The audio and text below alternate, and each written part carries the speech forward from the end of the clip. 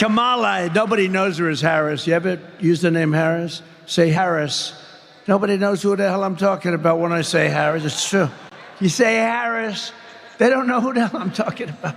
Yet again, Donald Trump is falling apart on stage at a campaign event, this time in Michigan, in which he's audibly slurring and visibly confused, ranting about stolen elections, Vice President Kamala Harris, Haitian migrants in Springfield, Ohio, and other things, and we have to talk about it. But before we do, if you end up liking this video and you want to support the channel, please be sure to hit the like, subscribe, and alert bells before you go.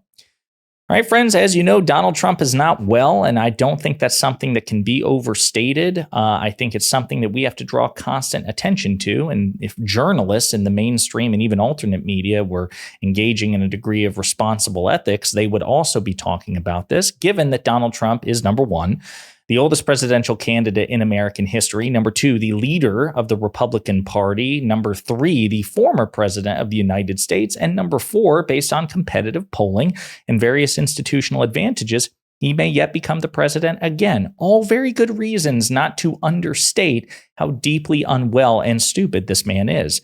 Fortunately for us, he seems really keen on demonstrating it to the American people on a regular basis by going on and speaking, at these rallies. And so I want to play you some examples of Donald Trump's clear, visible cognitive decline and deranged mental state.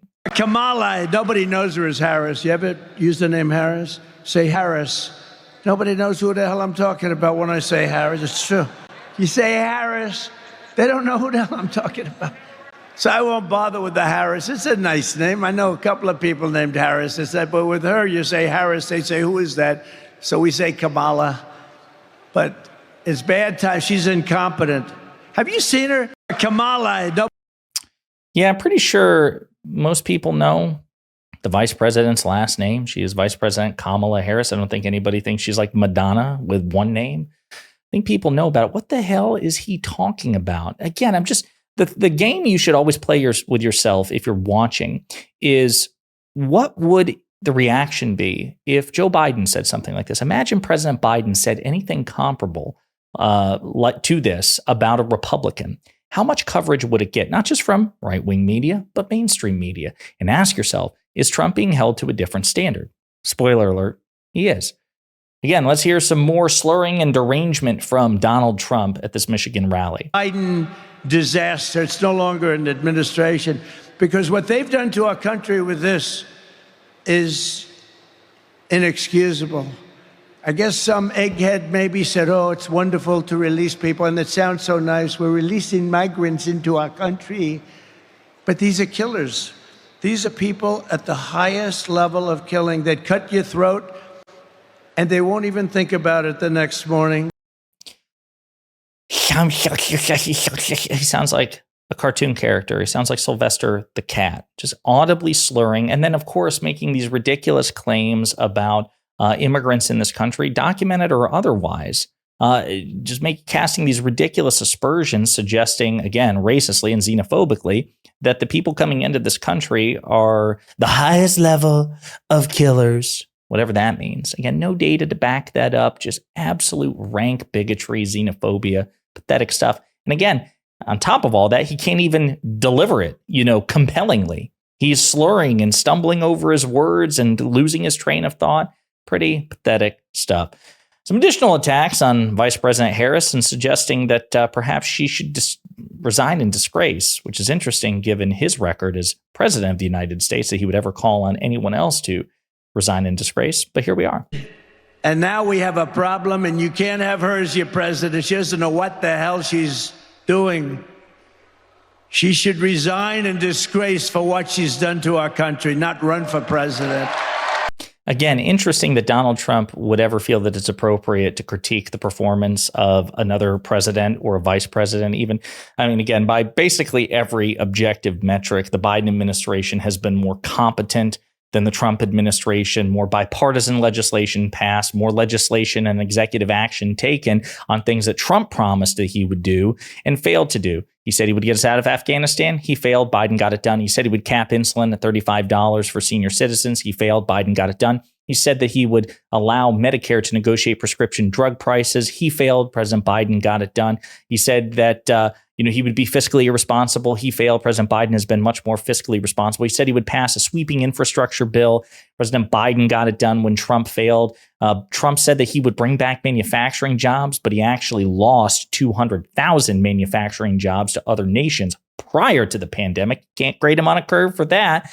Meanwhile, President Biden has presided over 700,000 manufacturing jobs being created in this country, once again objectively blowing Trump out of the water. So not exactly sure why the vice president or Joe Biden should resign. Interesting.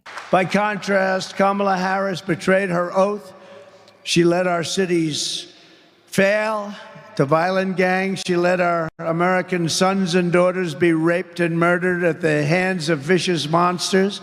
She let American communities be conquered. They're conquering your communities. You go out to Aurora in Colorado, where they're taking over with AK-47s real estate. They're in the real estate development business, just like me, except So this thing which isn't happening, let's grant the premise that it is. They're just like you. Not sure that was a wise thing to say, Donald Trump. I'll also point out that to the extent that there is a crisis at the southern border, Republicans own it. It's 100% the Republicans' fault, and I'll tell you why. Because whatever blame you want to assign to the Democrats, both parties eventually came to the determination that there was a problem, and both parties worked together in good faith in the Senate with the White House. James Langford, a Trump-supporting conservative Republican senator, worked on a bipartisan border bill with Kyrsten Sinema, a conservative ex-Democrat turned independent, and then liberal Democratic Senator Chris Murphy. That was a tripartite piece of legislation, which also not only earned the endorsement of Lindsey Graham and Mitch McConnell, but also the Trump-loving, Biden-hating Border Patrol Union. And Donald Trump cynically, purposefully, deliberately, and publicly killed that bill, told his cultists to not pass it because he was worried that it would address the issue at the southern border before the election, giving President Biden and Vice President Harris a political victory. So he cares objectively much more about using the issue for political purposes than resolving the issue. So if it's as bad as he says it is, it's his fault because he deliberately sabotaged attempts to resolve it. That's 100% his fault. Now, he currently enjoys an advantage on polling with respect to the economy, but the vice president is whittling it away, and she should continue to ruthlessly do so. And I'll also point out that because Donald Trump sabotaged the bipartisan border bill, President Biden stepped up and took potentially legally risky executive action to try to solve the issue. And as a consequence, border contacts have dropped precipitously over the span of several months, precipitously. Now, those executive orders may be struck down in federal court, as many of Trump's own executive orders were struck down. This is why Biden and Harris wanted Congress to pass legislation that they could sign into law so as to reduce the risk of the court striking it down. I digress. Bottom line is President Biden broke the glass in case of an emergency. We are seeing a meaningful change, and he should get all of the credit. Harris should get all of the credit, and Trump should get all of the blame. Another clip. And the mayor is a nice man. In fact, I think he's an independent or a Republican, and he doesn't know what to do, and he doesn't know what to say. He wants to be nice. 32,000 people. You have 50,000 residents. Beautiful place, beautiful, nice town, no crime, no nothing. They now have 32,000 people dumped into the town, and he's trying to say, we're working very hard to make it comfortable for them. No. Those people have to be taken out and brought back to the country from where they came. I'm sorry. Those Haitian migrants are here legally, not illegally. They weren't dumped into Springfield, Ohio. They were invited in by a failing labor force and failing market that needed people to take up the jobs. The Haitian migrants answered the call, and as a consequence, the economy is much better there than it was. They've done their part. They've done their part legally. They've done their part to invest in the community. And instead, Donald Trump is lying about their character, about their legal status, and employing just absolutely despicable, xenophobic, bigoted language. for which he should suffer an electoral consequence. This is yet another reason to defeat him. The last thing I want to bring up, though, speaking of electoral consequences, is Donald Trump yet again clearly nervous that he's going to lose the election, putting it out there that, as he did in 2016, as he did in 2020, just like clockwork, he says the only way that he loses is if we cheat. If I lose, I'll tell you what's possible, because they cheat. That's the only way we're going to lose, because they cheat. They cheat like hell. If I lose... Yeah, so again, it's one of those things, heads I win, tails you lose. Donald Trump seems to believe, or wants you to believe, that he's so perfect, he's so popular, he's so intelligent, he's infallible. He's amazing in literally every respect. He's like Superman. He's faster than a speeding bullet. He's able to leap tall buildings in a single bound. He is infallible. That the only way he could possibly lose is if Democrats cheat. Now, he has proffered no evidence of outcome determinative voter fraud in any claim that he's made. He's failed to do so in courts of law. He's failed to do so in public because he's a liar and a loser and a moron whom we should relentlessly mock. And the logic that, they're going to cheat, then I suppose by that logic, we should say that Trump cheated in 2016 and therefore Trump's not the president of the United States. Would Republicans accept that? Given the voter fraud existed in 2016 and 2020, voter fraud has been with us since the beginning. If the presence of voter fraud means that we have to seriously question who won the election, well, then that applies to Trump, doesn't it? No, of course not, because that's not how MAGA Republicans think. They're wildly inconsistent and unprincipled. They're hypocritical. It's all about what benefits Trump. So if Trump wins, everything is perfect, no need to question, no problems, it was flawless.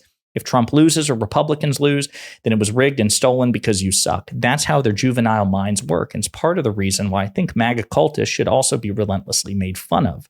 It's pretty pathetic where we are. And it's entirely the fault of the Republican Party and that particular very deeply unwell man in particular. In the meantime, let me know what you think in the comments.